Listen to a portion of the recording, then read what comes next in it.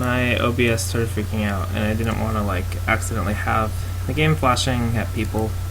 Anyways, this is a really famous game. I'll just restate stuff for YouTube because I just lost the first few minutes, but it's okay.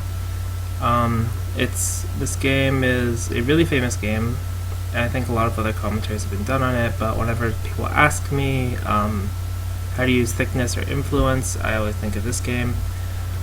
So yeah, let's get into it. Huang Longxi is white. So this game took place really long time ago. I don't know if I have the info on it. Nope. But basically, it's a really famous game from old China. My guess would be 1200s, but I can't really say for sure.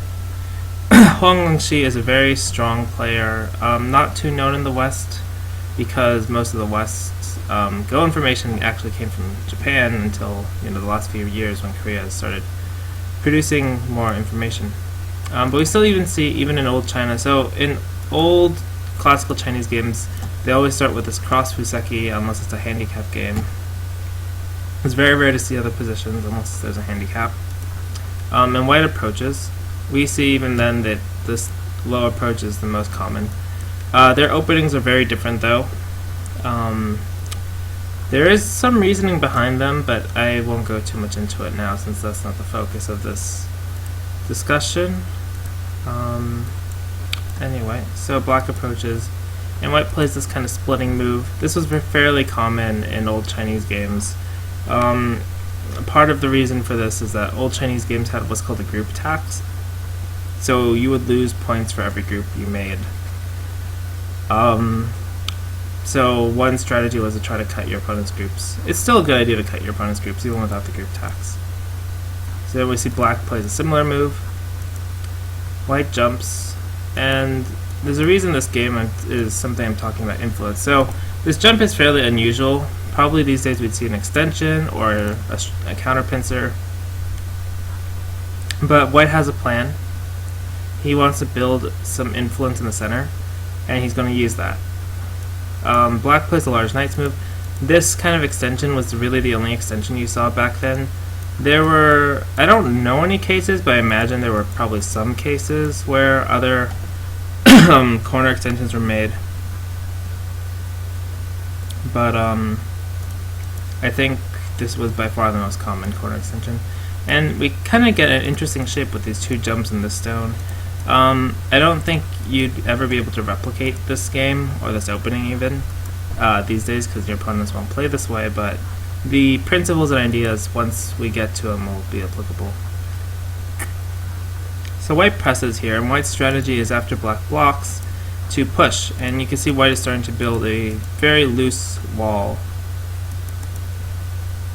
Black defends the corner. If black doesn't defend, and for instance counter approaches, I don't think they'd play this pattern either. I've never seen it in an old Chinese game, but there is weaknesses here with this Hana that after white cuts, it's very difficult for black to manage. Black can also play here, but white will just descend, and white is still in trouble.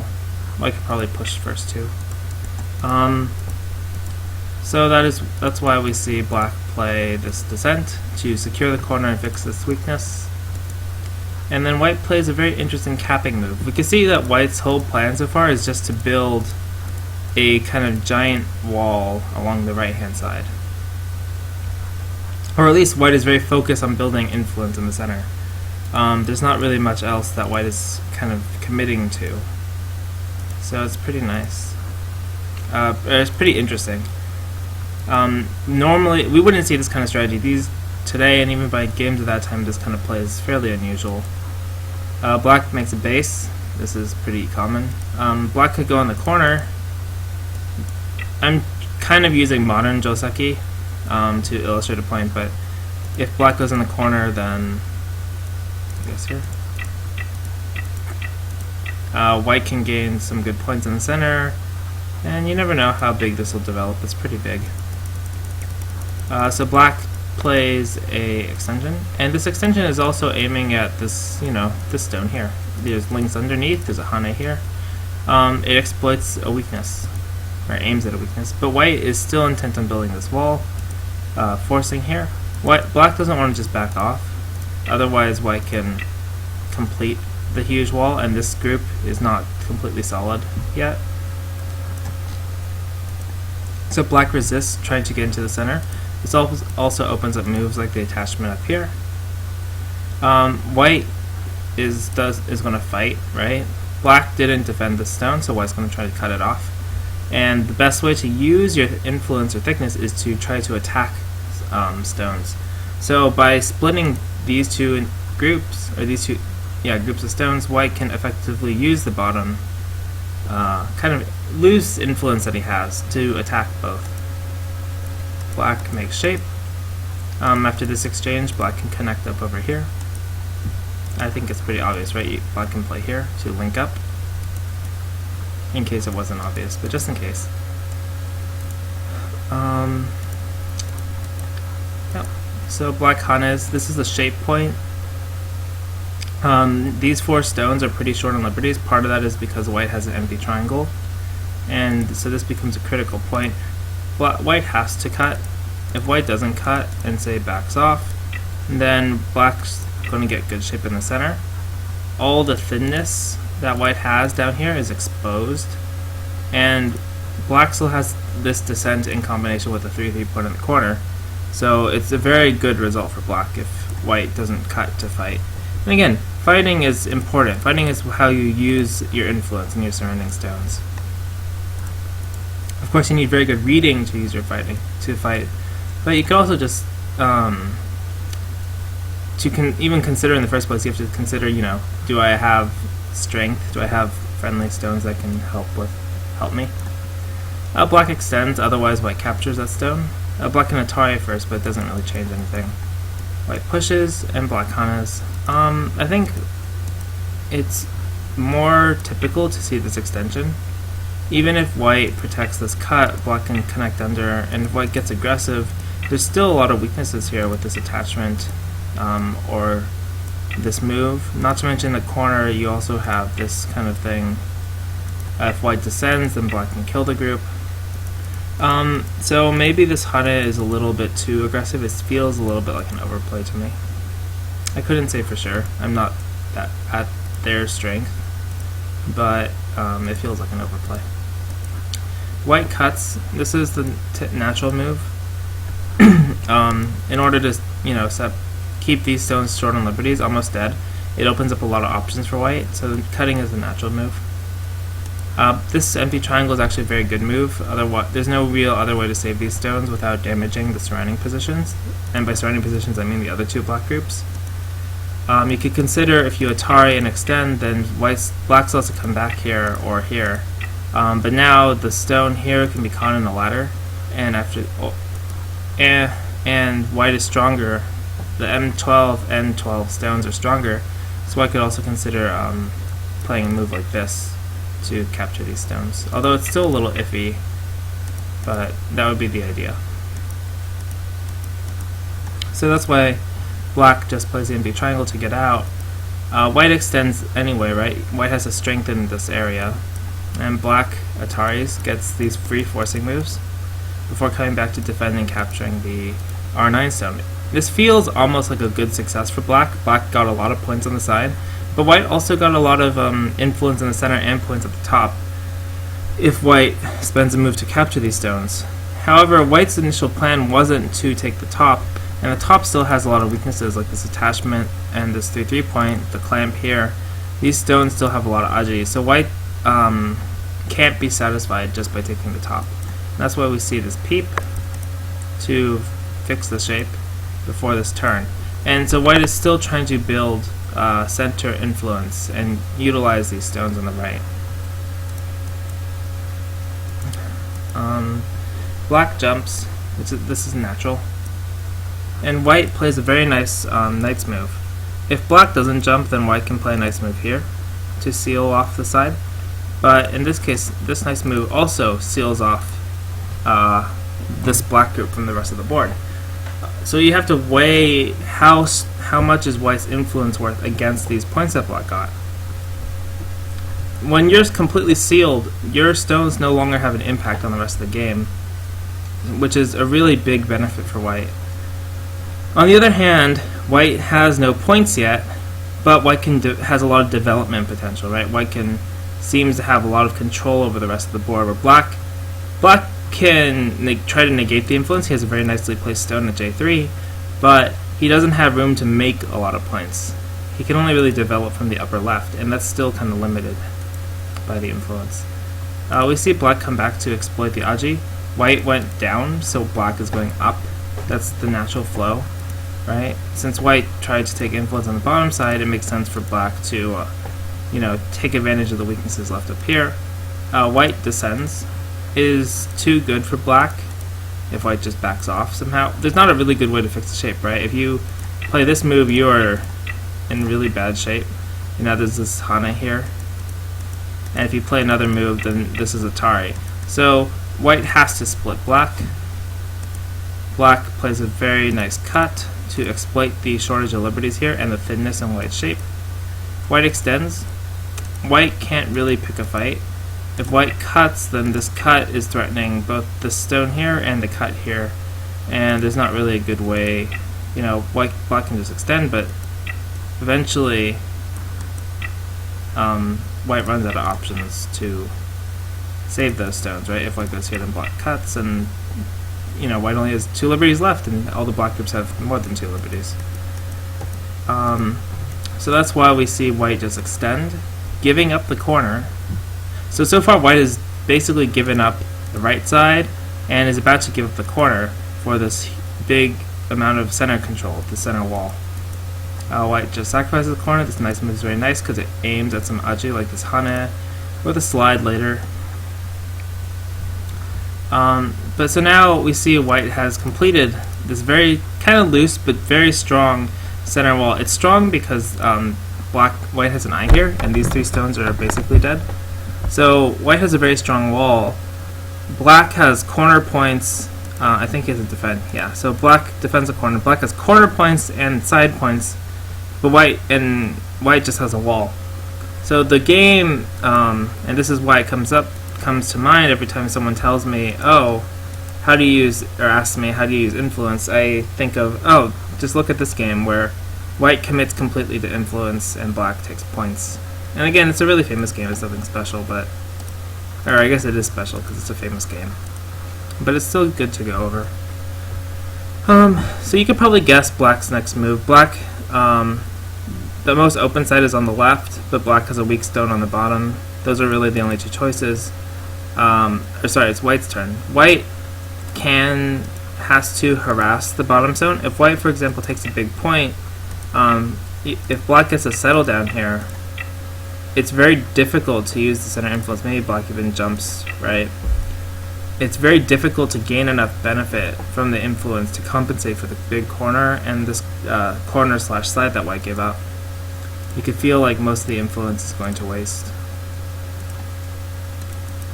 So that's why you have to use influence to attack. So even if the left side is technically bigger, white needs to put pressure on black to utilize the influence he's invested in effectively. So black extends. This is, almost anyone I feel will play this move. There's not, the other choice you have is to run out, but aside from being a very nice point, black now doesn't have a base. It's kind of vulnerable, right? You still don't have eyes. You have to fix the shape maybe. Still running. Then white can still move to the left side, but now white profited at the bottom too. It's a much better game for white. So black defends. White defends this push and cut, this Aji.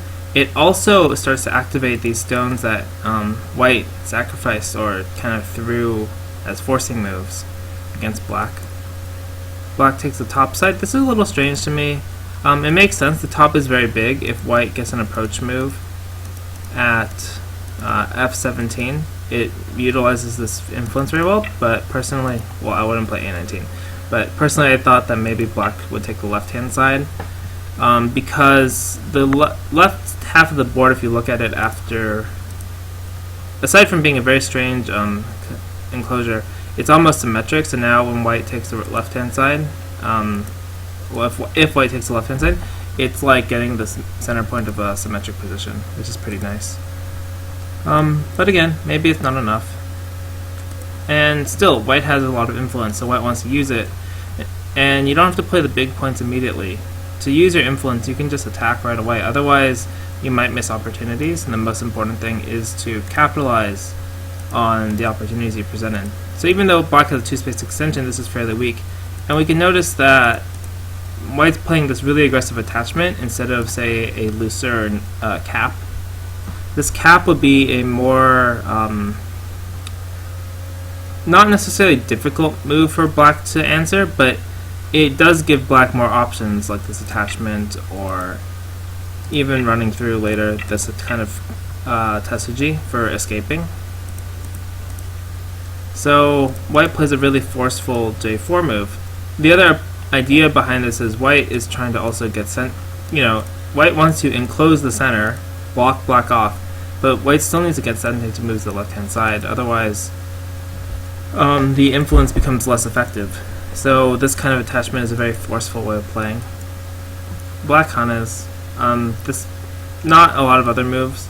You could play a extension, but it feels like you've been forced, and now maybe white takes the left-hand side.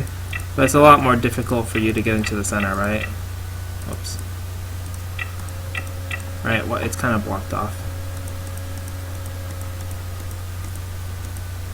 So black hanas. White extends, of course, still keeping in mind trying to enclose the center or block it off.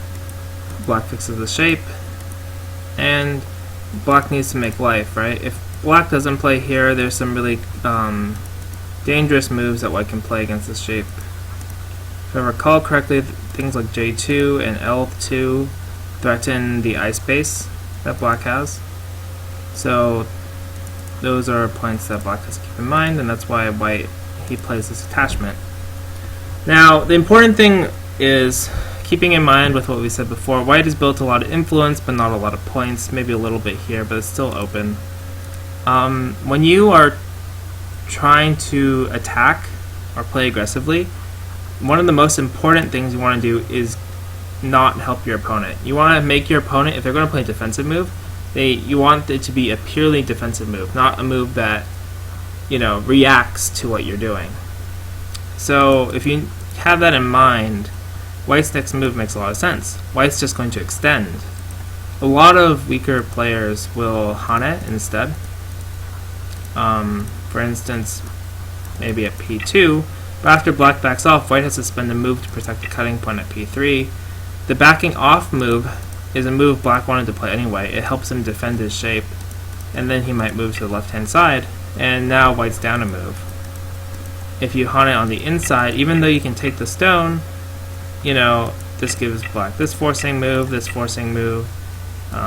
even this move kind of, you can't cut. You might have some tesuji to cut, but that doesn't actually work. But you still give black a lot of free moves that you don't otherwise wouldn't want to give. So that's why this kind of extension is useful and important. Black pushes, otherwise white will hane at N2, having defended the weakness by just extending the P3. Black pushes, and you can imagine white's move is very simple. You could again think, oh, white should hane, don't let black connect, and if black cuts this, you can take the stone, so black will get separated, you could kill the group. Black's only move is to pull back, but again, this is a move black wants to play anyway, and white will have to take gote in order to come back and protect the Q2 stone. So the new move is very obvious. White extends again. And now black is pretty safe, so I think he tenukis, and takes his point on the left. So now black managed to settle his bottom group in sente, and black has a lot of points on the right and in the upper corner, and a framework in the upper left. All white has is this half-board influence. How is white going to use that? Well, you can already think white already did profit a little bit from this influence, right? By attacking the bottom group, white started settling some things on the bottom left, and he ran and destroyed territory in the bottom right. Of course, that's not enough, but it's a start, and that's what white is aiming at, or white is accomplished so far. So you might consider, well, I want to build a framework with my influence. I want to push black. You might think black plays here, but black will probably jump. But let's say black backs off for whatever reason, and I want to like build a framework, right? But can white really gain enough points here to to compensate for the losses on the upper corner, right, bottom, and this framework? Probably not. And so if you want to use your influence effectively, you have to aggressively attack your opponent's stones, and the beginning of an attack is to separate. Really? That wasn't the move? Oh, okay. Well, white does come and play here. I forgot about these exchanges. You want to aggressively attack your opponent. Actually, I forgot. From the benefit in the bottom right, since white has started to chip away into black's corner, white can play these exchanges that help white solidify the center. That's kind of embarrassing. Oh well.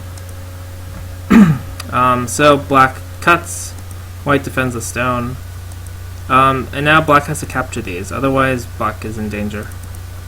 So black Atari is first, then comes back. This is a nice Tetsuji for shortening white's liberties. Right after this, it's not an empty triangle, it's a full triangle, but it's still S9 takes away more liberties than would otherwise be possible. And this is kind of all forced. White gets this very nice Atari, and black has to take these stones, otherwise black dies, right? Take, connect, Atari.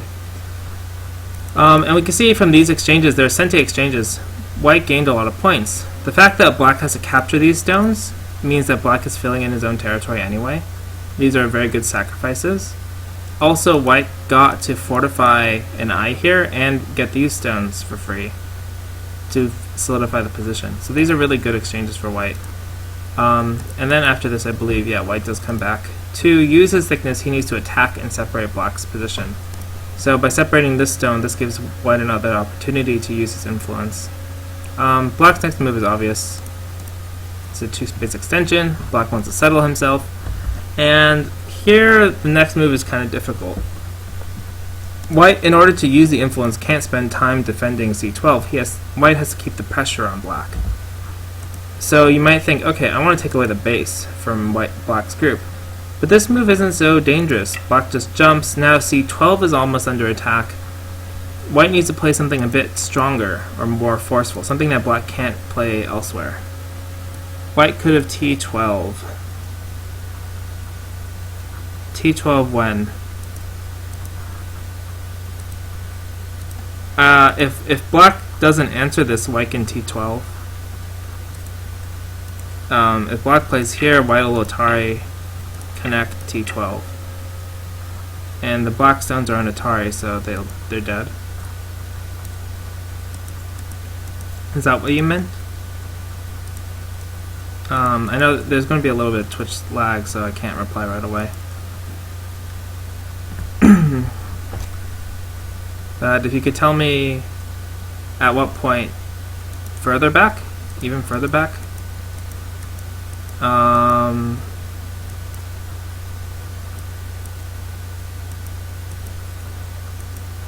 Oh, here? Or when? Can you give me a move number? This is move 74.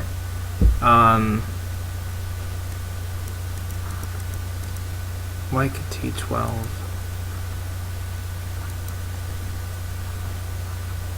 t12. So after black plays here, white plays t12. Black will just take the 2 stones. So further back. Further back, I don't think there's anything, because if white plays, black will just cut and take this stone and make it mi. With connecting.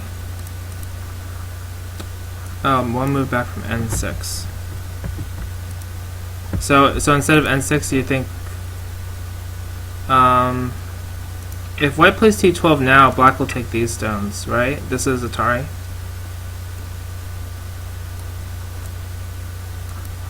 The R12 stones are in Atari, so and you can't take these quite yet, because if you Atari, then you're moved short in the race. It looks locally like a good shape, right? Because black can't play t10, But unfortunately these stones are short of liberties. Yeah. Good try though. It was really close. Again, these guys, their reading is really, really sharp. They're all one move away from dying, so yeah. Okay, so anyway, white plays here, and I was saying before, c5 is too slack a move. It doesn't apply enough pressure. Even though it does apply some pressure to black, so black will respond, it feels like c12 is now under attack, and it doesn't apply enough pressure to the black group. Of course, you could think, oh, well, if c12 is under attack, I want to apply pressure from the other way, but black's very happy to settle in white's area. Black has the right side, the bottom, the corner, this upper side, and now this side. It seems like, you know, if white responds, then black's happy to go into the center, and if white takes the center, black's happy to take the corner. The center is big, but it's not big enough to compensate for 4 corners and a side, right? If white goes here, like, to continue blocking, then black will just start jumping in. You know, you block, but now black has a lot of points, and white has maybe 30, a little over 30 in the center. It's not quite enough. ATP. So the move that white does play is more forceful because it's a shoulder hit contact-ish area. It's one space away, is this b6.